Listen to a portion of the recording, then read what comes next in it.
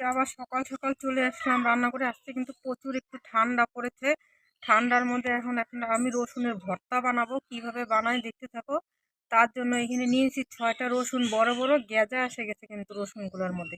এগুলো দিয়ে ভর্তাটা খেতে খুব ভালো লাগে। উনানটা জ্বালিয়ে দিছি, কড়াইটাও বসিয়ে দিছি, কড়াইটাও গরম হয়ে গেছে।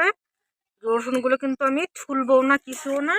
এই উনানের মধ্যে গোটা গোটা রসুনগুলো ভেজে নেব। এই জন্য কড়াইতে দিয়ে দিলাম, আর যা যা দিব ওটা আমি দেওয়ার সময় বলে দিব।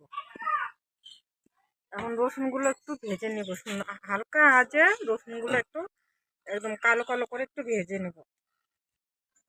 এভাবে করে কিন্তু আমি বেশ কিছুক্ষণ রসুনটাকে ভেজে নেব সুন্দর করে। এই দেখুন রসুনগুলো কিন্তু ভেজে নেওয়া হয়ে গেছে আমার একদম। এখন টিভি দিলে দেখুন এই যে নরম হয়ে আসছে, তার মানে বুঝতে পারবেন যে রসুনটা ভেতরে ভালো করে সেদ্ধ হয়ে গেছে। এখন আমি নামিয়ে নেব। রসুনগুলো আমি হাত দিয়ে কিন্তু নামিয়ে নিলাম।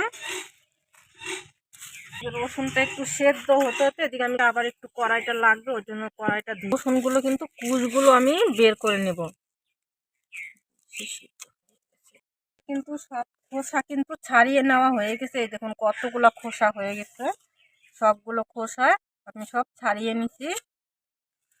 এইদিকে নিয়ে নিছি একটা পেঁয়াজ কুচি আর 2-4টা ধনে পাতা কুচি করে নিচ্ছি। কড়াইটা আবার বসিয়ে দিছি, আবার একটু আগুন জ্বালিয়ে দিছি। 4টা শুকনো লঙ্কা ভেজে নেব, তার জন্য একটুখানি সরষের তেল দিয়ে দিলাম।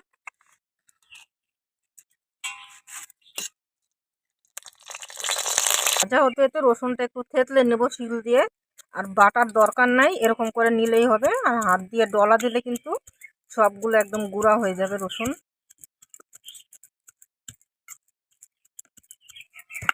দিকে কিন্তু লঙ্কাটাও আমার ভাজা হয়ে গেছে। দিকে দিয়ে দিলাম পরিমাণ মতন লবণ।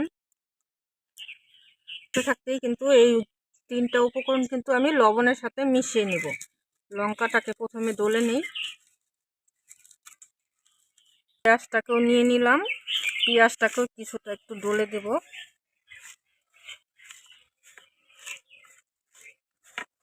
ধনে পাতাটাও কিন্তু নিয়ে নিলাম। আপনারা ধনে পাতাটা দিতেও পারবেন, নাও দিতে পারবেন। ধনে পাতাটা দিলে মানে একটু গন্ধটা একটু অন্যরকম হয়। পেঁয়াজ রসুন আর ধনে পাতার গন্ধটা কিন্তু একসাথে হলে খুব ভালো লাগে খেতে। এ দেখুন ডলে নিচ্ছি আমি সুন্দর করে। ওই রসুনগুলো দিয়ে দিব।